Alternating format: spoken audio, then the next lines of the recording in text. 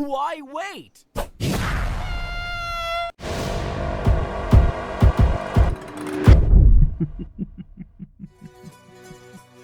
Soon after Age of Annihilation was announced, the community was ecstatic over the idea that the Valhalla we grew up with was evolving. When the HasLab campaign failed, the heroScapers believed that they would never get to see the timeline progress.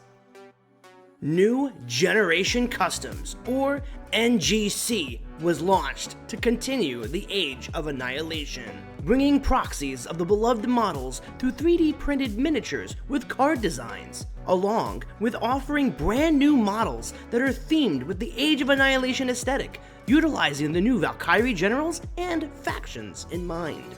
NGC is here to provide fans with awesome, high-quality customs, scenarios, and terrain. One extra addition to the content lineup that I am most impressed with is the introduction of atmospheres.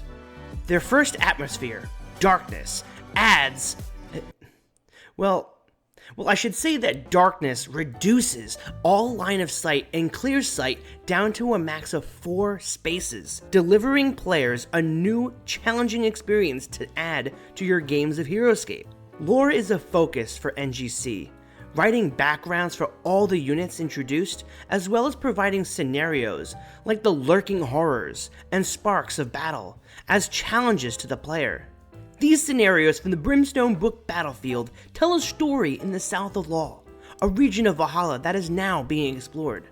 Journal entries from both Thorman and Revna can also be read. I am very happy that the stories of Valhalla are being told even as fanfiction to inspire all of us that there is way more to this world than just an incredible game.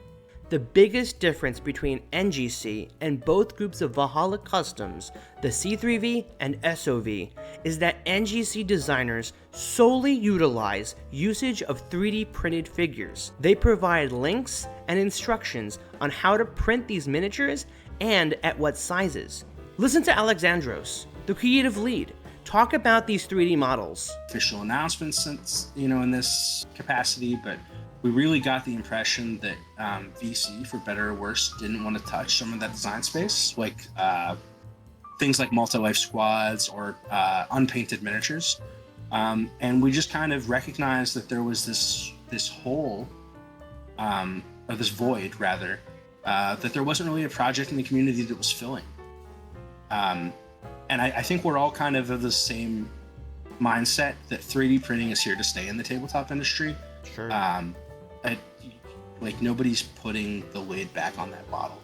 Like you can't put the genie back in, right? Right. So yeah, and just there, we wanted to see something where there was a community that worked towards developing units, and more than just like this is our personal customs thread. It was, we want to collaborate and we want to make sure that we're putting in the time and effort to make sure these things are balanced. I mean, those initial discussions where we were trying to figure out like what Age of Annihilation units would do based on maybe we've seen half the card or we'd seen snippets from in Carmine. I mean, it was crazy how much time and energy we spent discussing that. And I mean, some instances we got pretty close. Like Awasha is actually like really close. But I'm sure you're saying, Joe, I know nothing about 3D printing. And hold on, if these miniatures are 3D prints, that also means that I have to paint? Oh no, I'm not dealing with that. I assure you, later in the video, I'll provide you with the solutions to your problems. So you don't have to do any work, other than reaching out to some of the most talented heroScapers. Other than having a books page on heroScapers, I highly recommend utilizing NGC's professional website, which is fantastic for finding all the information you need about the figures, lore, maps, scenarios, promotional units, information on all the waves that are released, atmospheres, destructible objects, terrain, and rules. Check out this list of talented people that have assembled to bring us New Generation Customs. I'm gonna need a minute. Take it away, Lex. It's a very collaborative experience. We're pretty democratized. We take votes, man, all the time. We try to not how do I want to word this? We try to not delegate small decisions to that, but we'll vote about what units we want to see in a wave, kind of what we want the overall direction for waves to be, even what the overall direction we want for a unit to be. But a lot of it's collaborative. So yeah, I wear a lot of hats. I do most of the actual card designs that you see in terms of like the graphic design work. Okay. I'm the only active member of the project who is currently managing the website, and I know Dandelions is working on some other personal projects, and you may have recently noticed that they were credited in the Age of Annihilation rulebook. Mm-hmm. I help design and playtest, so I help do what we call unit lead responsibilities. So when you've seen some of the NGC stuff. So let's say when we started for Wave 3, when we as a group decided what was in Wave 3, what we did is we said, okay, we want someone to be a wave leader. Like they want to make the decisions for what's going in this wave as a whole. And then we want individuals who are basically guiding the direction for each of these units under the wave leader, right? And who is in those roles can change from wave to wave and unit to unit. So like if I'm the wave leader for one wave, that doesn't mean that I'm going to be for the next wave. Okay. Right. So what that does is, while we still overall we want to democratize the larger decisions, what we really wanted to do was make sure each of these, people that you're talking about, myself, Anatar, Diora, Rogue, Shiftrex, Caesar, that they could be empowered to make those decisions, and then only really call it for a vote when it matters, right? Because otherwise you get held up on everything. It's like, okay, if this unit's move is 4 and we want to bump it to 5, or the other way around, do we need to take a vote for that, or can we trust the judgment of this unit lead, right? So we try not to get into like giving very specific responsibilities to just one person, in part because you set yourself up for failure if something happens, right? Like, sure, if I was the only person who could make cards and I needed to like take a personal break and leave for 2 months, it means we couldn't make cards for 2 months, right? Which is obviously that's not manageable. But yeah, I do end up filling a lot of rules. I write a lot of the lore with the team. I have done basically all of the cards with a couple exceptions.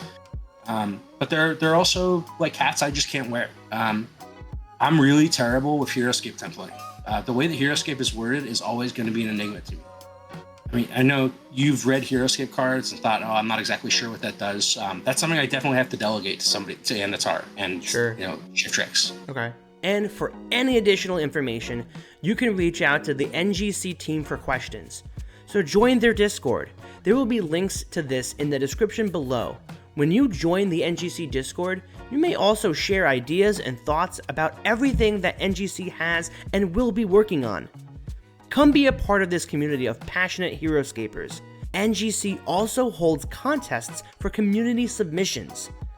They held one not too long ago, and the lost Stellanaut has been found. Created by a community member just like you, the lost Stellanaut won as a community submission. Thanks to RogueScaper, I have played with the lost Stellanauts, and they are a blast to command.